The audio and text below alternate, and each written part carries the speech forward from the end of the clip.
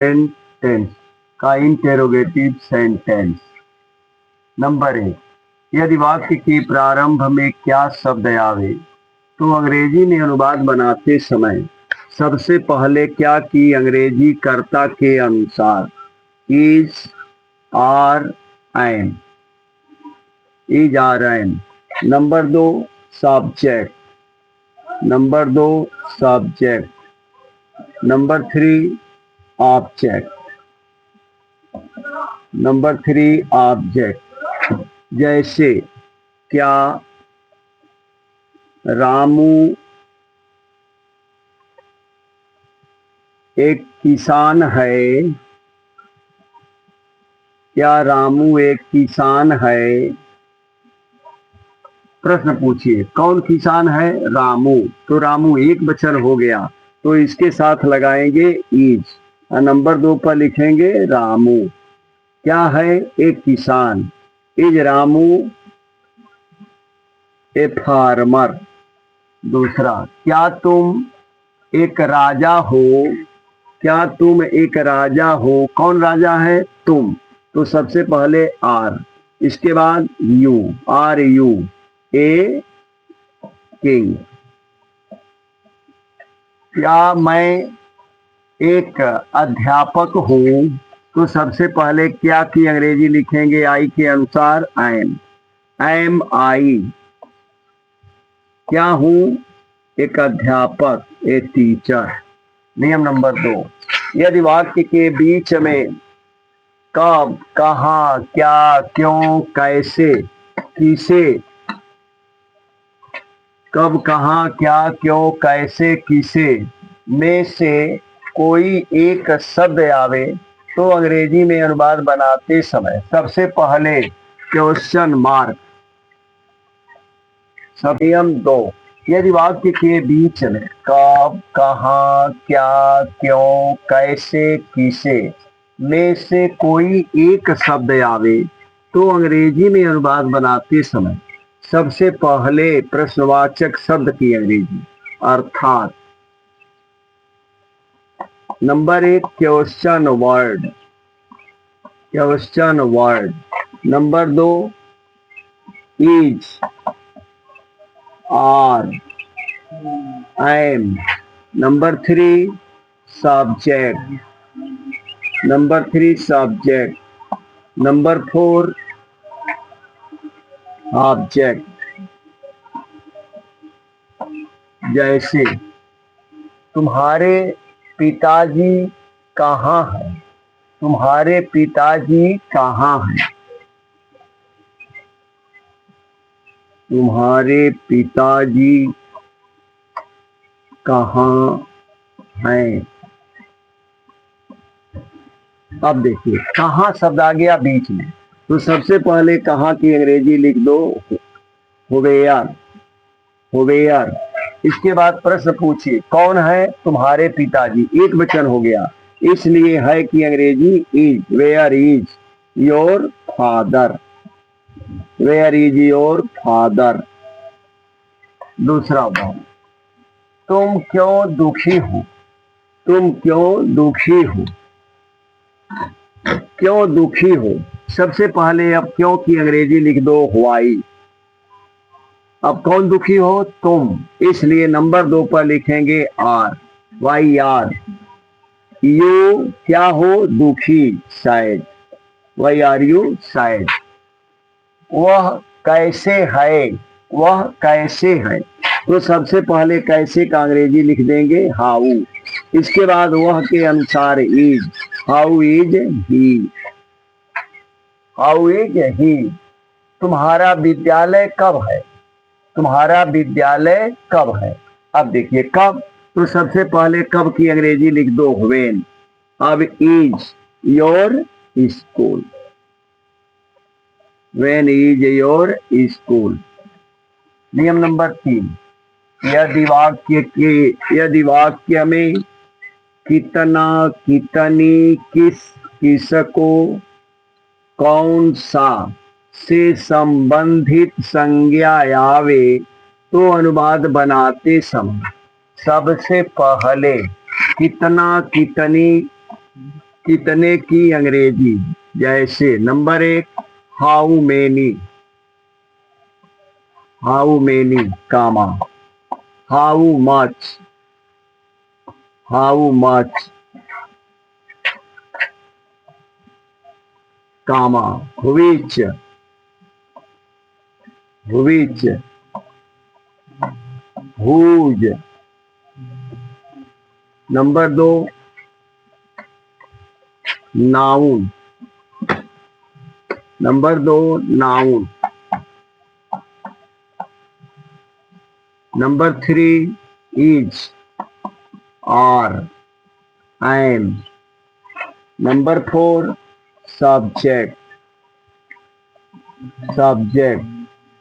Number 5 object.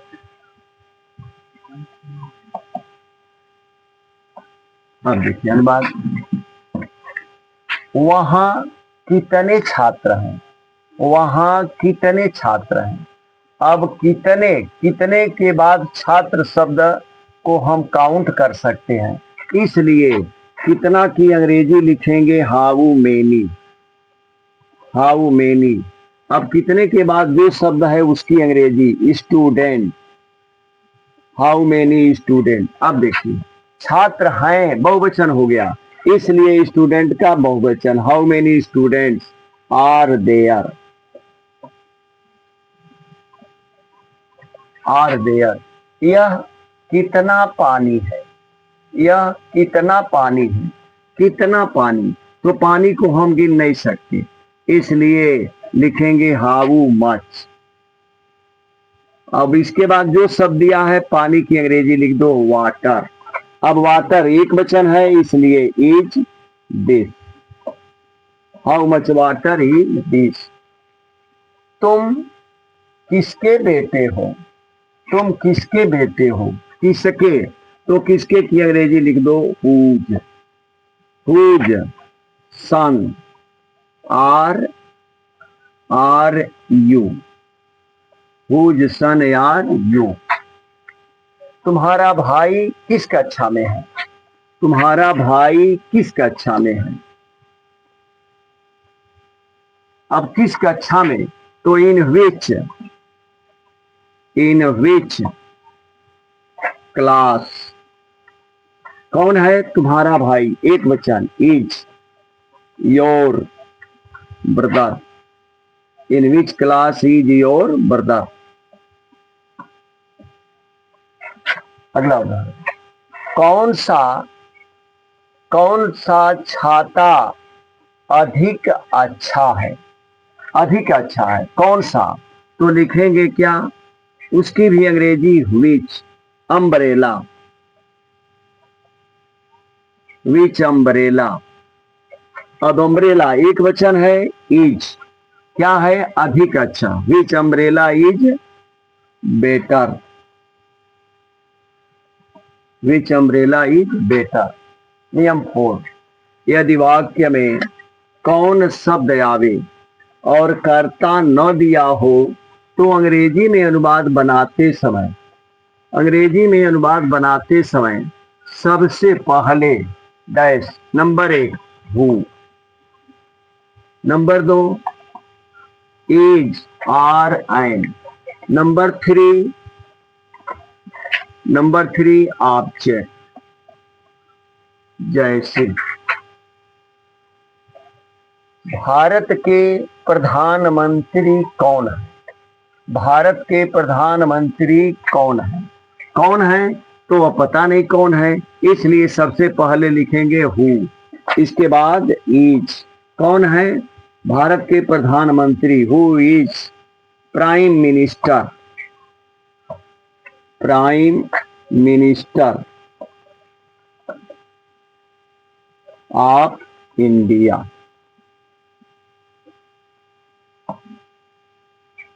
Who is prime minister of India.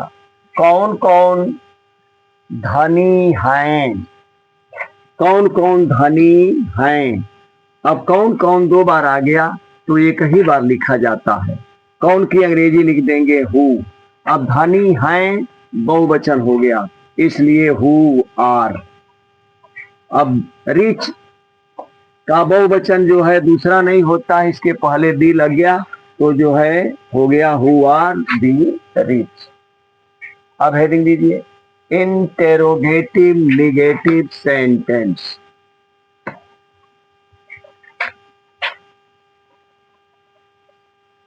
वाक्य में प्रश्नवाचक और नकारात्मक दोनों आवे तो अंग्रेजी में अनुवाद बनाते समय प्रश्नवाचक वाक्य के अनुसार अनुवाद बनाकर कर्ता के बाद नाट लिख देते हैं। जैसे क्या तुम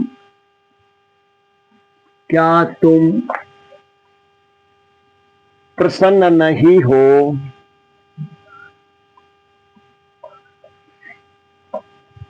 क्या तुम प्रसन्न नहीं हो?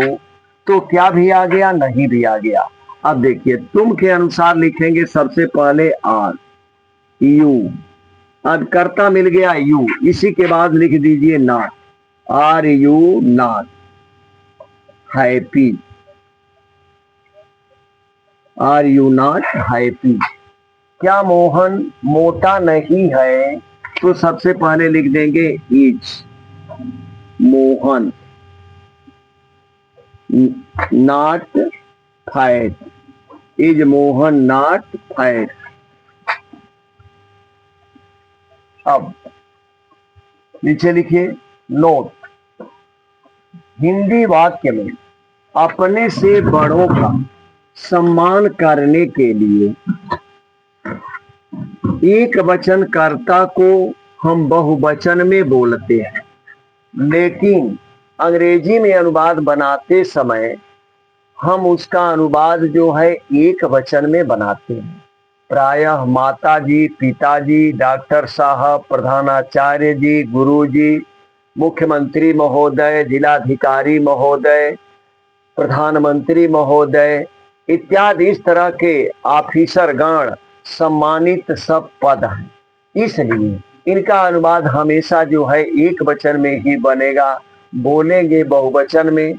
जैसे मेरे प्रधानाचार्य जी दयालु हैं। मेरे प्रधानाचार्य जी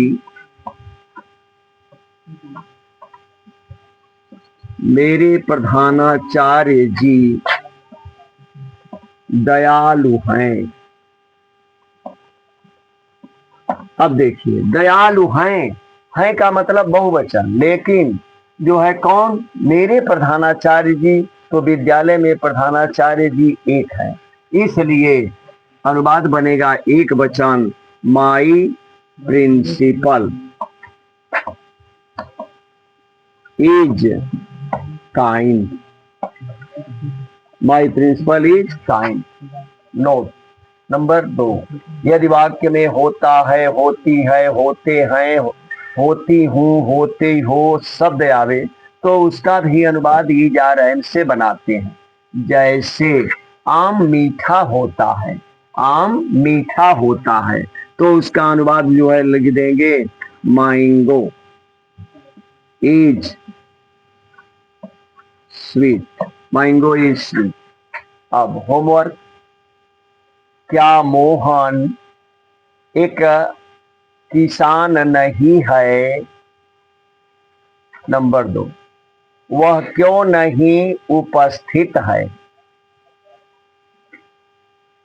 तुम्हारे विद्यालय में कितने छात्र हैं? उत्तर प्रदेश के मुख्यमंत्री कौन हैं? नींबू खट्टा होता है। नींबू खट्टा होता है। तुम्हारी बहन किस कक्षा में है? कौन कौन खिलाड़ी हैं? अब इसके बाद वीडियो को लाइक कीजिए, सब्सक्राइब कीजिए और शेयर भी कीजिए, और जो है आप चाहें तो इस पर जो है मुझसे जो है प्रश्न भी पूछ सकते हैं, और लाइक करके और जो है शेयर जरूर कीजिए, सब्सक्राइब जरूर कीजिए।